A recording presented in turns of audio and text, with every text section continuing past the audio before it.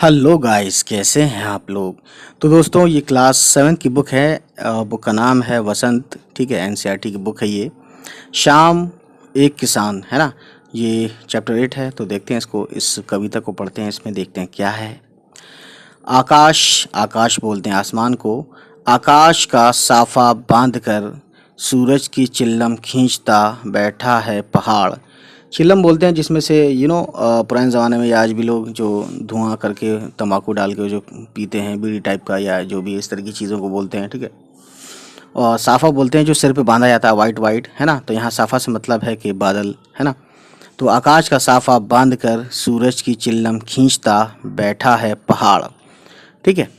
तो धुआं निकलता है तो आग आग टाइप की होती है। तो ये देखिए, लाल लाल है आग सा, है ना, क्योंकि सूरज एक आग का गोला ही होता है। तो you know that very well. घुटनों पर पड़ी है नदी चादर सी, पास ही दहक रही है पलाश के जंगल की आंगीठी। आंगीठी वही जिसमें चाय वाय बनाई जाती है, जिसके ऊपर जिसमें कोयले वोले डालकर। अंधकार दूर पूर्व में, यानी पूरब, पूरब में क्या होता है कि अंधकार दूर चला जाता है। ठीक है। सिमटा बैठा है भेड़ों के गल्ले सा। ठीक है। सो दोस्तों, कहने का मतलब यह है कि ये एक शाम का मंज़र पेश करती है, शाम का सीन एक तरह से ये बताती है। ठीक है। ये कविता, अंधकार मतलब होता है अंधेरा। ठीक है। अब देखते हैं इसका। अचानक बोला मोर, जैसे किसी ने आवाज़ दी, सुनते हो चिल्लम औंधी, धुआं उठा, सूरज डूबा, अंधेरा छा गया। तो गाइस, कविता, यहाँ पे कवि का नाम है सर्वेश्वर सर्वेश्वर दयाल सक्सेना, और इन्होंने ये कविता लिखी है। तो उम्मीद है ये वीडियो आपको पसंद आएगी। ठीक है। तो इसमें देख लेते हैं कुछ इंपॉर्टेंट बातें। ठीक है ना।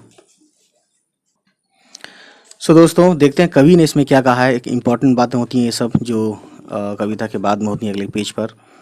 कवि ने किसान के रूप में जाड़े की शाम के प्राकृतिक दृश्य, यानी कि नेचुरल सीनरी का चित्रण किया है। चित्रण बोलते हैं गाइस, मैं आपको बता देना चाहता हूँ, एक तरह से इलस्ट्रेशन किया है, समझाया है, वर्णन किया है ना, मेंशन किया है। इस प्राकृतिक दृश्य में पहाड़ बैठे हुए एक किसान की तरह दिखाई दे रहा है। आकाश उसके सिर पर बंधे साफे के समान। साफा जो है एक पर्शियन वर्ड है, जो सिर पे बांधते हैं ना, मुस्लिम देखा होगा आपने। तो जो सिर पे बांधते हैं टोपी, कुछ लोग टोपी पहनते हैं, कुछ लोग साफा बांधते हैं जो वाइट वाइट होता है। ठीक है। किसी भी रंग का हो सकता है, हरा भी हो सकता है। सिर पर बंधे साफे के समान पहाड़ के नीचे बहती हुई नदी, घुटनों पर रखी चादर सी, पलाश के पहाड़ों पर खिले लाल लाल फूल। ठीक है। तो जलती अंगीठी के समान पूर्व क्षितिज पर घना।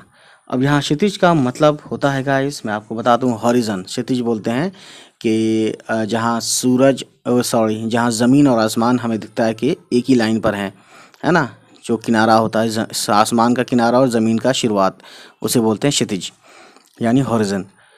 पूर्व क्षितिज पर घना होता अंधकार, झुंड में बैठी भेड़ों जैसा, और पश्चिम दिशा में डूबता सूरज चिल्लम पर सुलगती आग की भांति दिख रहा है। आग की भांति यानी आग की तरह दिख रहा है। यह पूरा दृश्य, दृश्य बोलते हैं सीनरी, शांत है ना, काफ़ी काम होता है, काफ़ी पीसफुल होता है। अचानक मोर बोल उठता है, मानो किसी ने आवाज़ लगाई। सुनते हो इसको, इसके बाद यह दृश्य घटना में बदल जाता है। चिलम उलट जाती है। ठीक है। जिसमें वो धुआं वगैरह जो भी है, तंबाकू पी रहा होता है। आग बुझ जाती है, धुआं उठने लगता है। सूरज डूब जाता है, शाम ढल जाती है और रात का अंधेरा छा जाता है। ठीक है। तो गाइस, इसमें इम्पॉर्टेंट बात जो है वो ये है कि इसमें ये बताया गया है, ठीक है, कि इस कविता में शाम के दृश्य को किसान के रूप में दिखाया गया है। यह एक रूपक है, यानी एक तरह से ये सीन बताती है ना।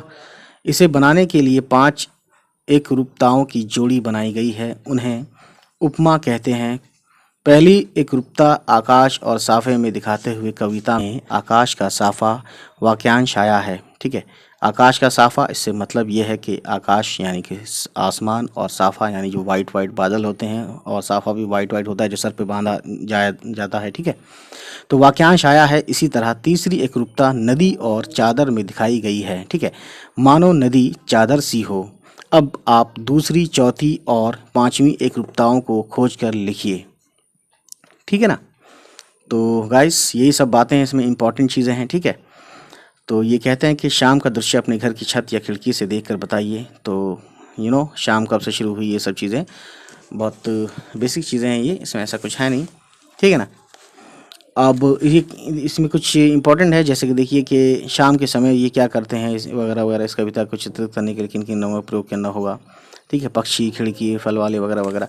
तो दोस्तों आज की कहानी इतनी ही, उम्मीद है ये वीडियो आपको पसंद आई होगी, ठीक है। तो बस नेक्स्ट टाइम हम नेक्स्ट चैप्टर के साथ आएंगे, ठीक है। आज इतना ही, बाय बाय, टेक केयर।